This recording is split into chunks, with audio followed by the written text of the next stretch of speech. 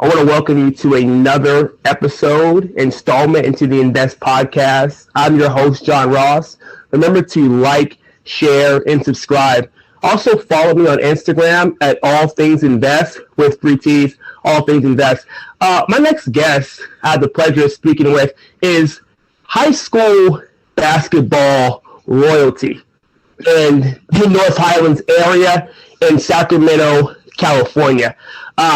We went to the same school, different eras. This man was in the late 80s. I came sometime in the late 90s, in the early 2000s. But when I got there, his name rang bells. Even before I got to high school, I heard his name. The man was so great, they hung his jersey up in the Raptors in the gymnasium. And I would look at it, and that was the only one there. And I said, yeah, that man, as far as North Highlands basketball, he was great. To give you an idea of the caliber of athlete I'm getting ready to introduce, he was even asked to try out for the 1988 Olympic Games in Seoul, but he chose to continue pursuing his passion with basketball. He wanted to have an extremely storied and successful career in the PBA, racking up many championships. I'd like to welcome Sean Chambers to the Invest Podcast. Sean, it's an honor. How are you? Oh man, I'm honored to be here. I'm glad to support whenever I can. That's an incredible introduction. I'm not sure I deserved all that, but I've always been very proud and happy to represent the North Highlands community. As you know, the community has done so much for me. As much as me giving back, I give back because Highlands was so instrumental in my upbringing and who I am still today. I love that. So, Sean, I had read, and I know you went to Highlands High School, of course. You were actually born in Southern California. Is that right? Yeah, I was born in actually in Pacoima in LA, in LA County Hospital. Just Pacoima is like a little bit outside. I think like Thousand Oaks area, in that area. And but we shortly moved when I was a young kid, like to Arizona for a little bit.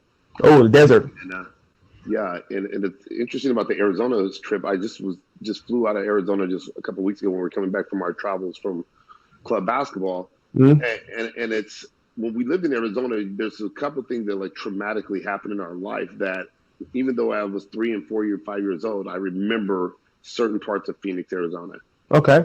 I remember living in the projects and in the projects and having our house broken into, and then the people who broke into our house, they had like my sister's curtains and stuff hanging in their house. And oh my God. And I'm not a fan for all those cat lovers out there. I'm sorry, I'm not a big fan of cats. I think when I was like 4 or 5 years old, I was petting the cat and the cat scratched the nonsense out of me and everything. Oh no. But it was sure was my fault because I think the cat, if I recall, was about to have kittens and I was picking it up. I had a 4-year-old kid. You don't know. So it's a couple of traumatic things happened in my days back then in Arizona. But then after that, we moved to from Phoenix. My mother's mother passed away when we were 5 years old. Mm-hmm. My grandmother, and so we moved. My uncles moved us to Sacramento into her house. In the Meadowview area. So I actually went to school first in some of the Meadowview schools. Oh, wow. Yeah. So, what I know about South Sac is that's real urban, Sean. Yeah. And not only was urban, we were a part of the urban makeup in Sacramento because my uncle owned a record tree in Sacramento that was very well known. And my mother ran it. It was called the Record Tree in Sacramento Record Store. I'm sorry. Oh, wow. It was called the Record Tree, and it was inside the Alpine Bowling Alley on 24th and Florence. Okay. Part of Sacramento. Yes. Next to the Rice Bowl. So I grew up in that whole back in the early 70s and 80s in South Sac off that Florence Road in Meadowview. And back then, if you lived in the Meadowview area, it was a good place to live back then. And then it slowly turned into somewhat of a tough neighborhood as things start to progress. People start moving out of the community and moving to other places. Mm-hmm. And so we lived in Meadowview for a while, and then we had a little bit of a turn of events with the house we were living in because it was my uncle's house, and he had to do some things with it. So then they moved us into not only Meadowview, we moved to Oak Park. So I lived in Oak Park for 3 years. I started my middle school years at Oak Park. I went to Donner Elementary, Tahoe Elementary, and then we went to Peter Lassen, which is now known as West Campus. Mm-hmm. For everybody knows it as West Campus, but it used to be a middle school in South Sacramento. So, and really, I will say this: I love my stay in Oak Park. It was very up and down. It was a lot of chaos every now and then, but there were some good parts of living in Oak Park as well, because there was a part of it like you had to like man the hell up, like to some parts. Yeah. I like low. I'm not gonna get picked on anymore, because it was like, dog eat dog world in the Oak Park community with some of the kids, and there came to a part where you have to kind of like man up, and then and by the grace of God, my mother decided, like, you know what, this is a little bit much for me as a single mother. We out of here.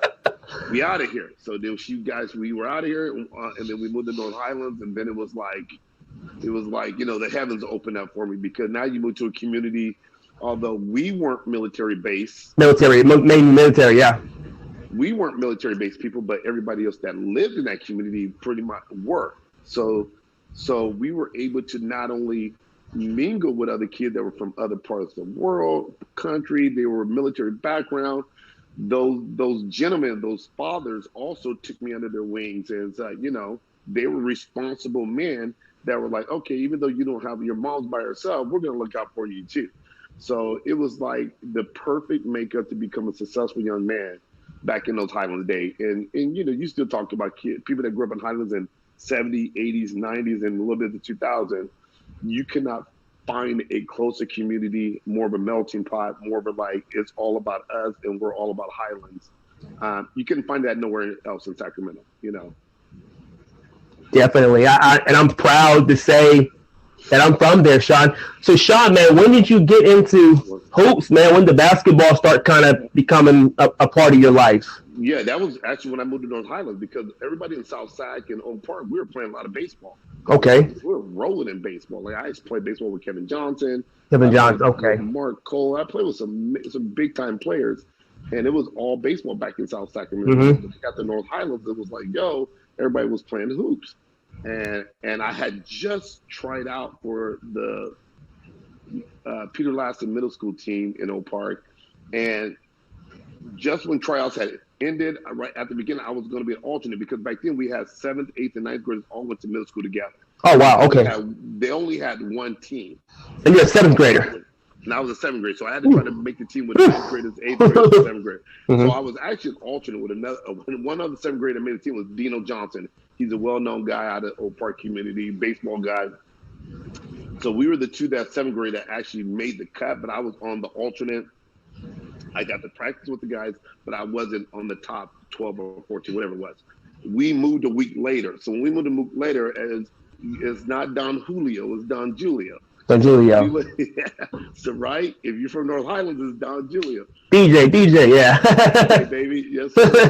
So I get the DJ, and DJ had a 9th grade team and a 7th and 8th grade team. So they had 2 different teams. So now I go perfect time, and I try out for the 7th and 8th grade team, and I was instantly addicted because of my nature and my high energy self, and who I still am today is that movement and that constantly like getting after it and just outwilling people, outworking people, and that just fit me to the core more than baseball, because baseball was so slow.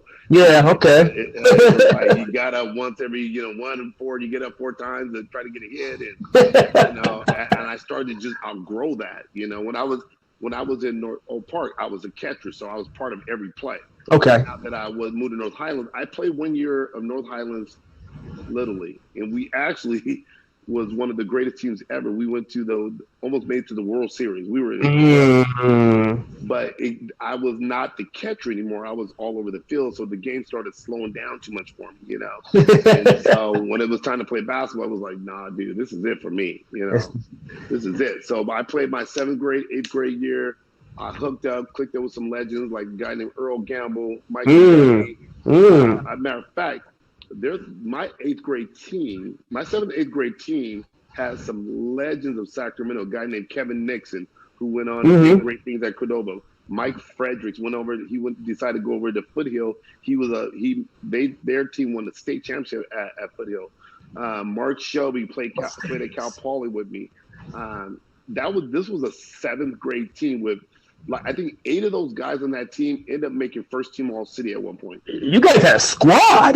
David Stanley, Mark Shelby, Mike McDuffie, Mike Frederick, Kevin Nixon, and some kids went different directions. But it was that was our 8th and 9th grade. Wow, monsters. Woo. Man, so when you put the basketball up, like, did you just know? Just right away that I got the sauce? I mean, when did people start to notice that Sean Chambers not only had some talent, but Chambers had sauce? When did that you start? Was that high school? When did they see that? So my junior year is when I really took off. My summer, my junior year. So all those guys out there that's late developers right now, you're developing late, you're growing up late, you're starting to get your height. Like, it's never too late. Like, get your grind on and be committed to your grind. Like, all these kids that are doing, I'm a factor of it because I'm an AAU guy. I got an AAU program. I got kids playing from 5th grade on up. But with that said, a lot of kids lose their dreams and their pipe dreams early because they feel like they're not competing against kids that are already well developed. But my junior year, I got like crazy committed to hitting the football. I was at the Highlands football field, dog, every day, running those bleachers. Bowl, I'm telling you, man, as hot as it is today, I was out there at 102 degrees, running the bleachers. And then I started dribbling up and down the street up with the ball. It just, and we used to have a leaper machine back at Highlands in the gym, that thing you would get under and kind of raise it up like put tension on it, and I got addicted to that machine. About time coming into like that summer when we started doing some training and working out, I was flying out the gym. Wow. Flying. And not only was I flying, but it was like because I had built up so much endurance and so much stamina from running on those bleachers and doing all that. You could not, and I'm telling you, could not outwork me. And people were like, damn, this dude is possessed. Where's all this coming from? This dude don't stop. Motor dog. And it was like, if I'm not trying to jump over you or through you, it wasn't my type of day. So I was trying to put everybody, as the kids say now, catching bodies. Yeah. It was all I knew. And it was like, I had one motor. It didn't know how to shut it down. Wow. And I'll go back a little bit too. Like, when I grew up in Oak Park, one of the things that used to affect me the most was not having my father in my life. So I used to feel like some of those dudes that had dads at home and dudes that had older brothers had a little bit of advantage on me if I had to go to the fist sometimes. If I had to throw fists, I was like, man, I don't know, because I grew up with 2 sisters and a mother. Right, yeah. So when I started my junior year, when it was time to like take off, I was like, okay, it's mano a mano, dude. Your brother in here, your dad in here. It's going like, who's going to outwork who? Let's go. So I knew I was on a different level back then, going into my senior year, because it was like I knew what I had done more than everybody else. But I also had the fear of failure. Like that's one of the things that drove me the most. And I don't preach this to kids all the time, but it's effective. When you have a fear to fail, you're always going to do something else. You're going to keep doing more. You're always going to push yourself more because you're going to feel like, man, I'm not sure I've done enough. But you do got to get a balance where you feel like, I'm cool where I'm at. That fear of failure drove me. I felt like there's a new guy that transferred into Highlands. I don't know who there's one of my team, a guy named Kenny Turner. He transferred into Highlands from Del Paso Heights. He was at the new closed. It's not Las Palmas. I can't think of the name of the middle. Norte Del Rio. Norte Del Rio closed. So Norte closed at 82 or 81, something like that. Some of the kids went to Grant High School, then some decided to come over to Highlands. So this guy was one of my rivals as a middle school guy. He was at Highlands. And I was like, oh, man, this dude going to take my spot. I was at the bleachers again. I'm at the bleachers. No, I got to work. And I got to work. Well, man, I got to start. And like, I'm crazy not to think I'm not going to start. All my teammates think I'm crazy but not to start. But when we was in practice, it was like, this dude lost his mind. Like, he's really trying to kill everybody, you know? So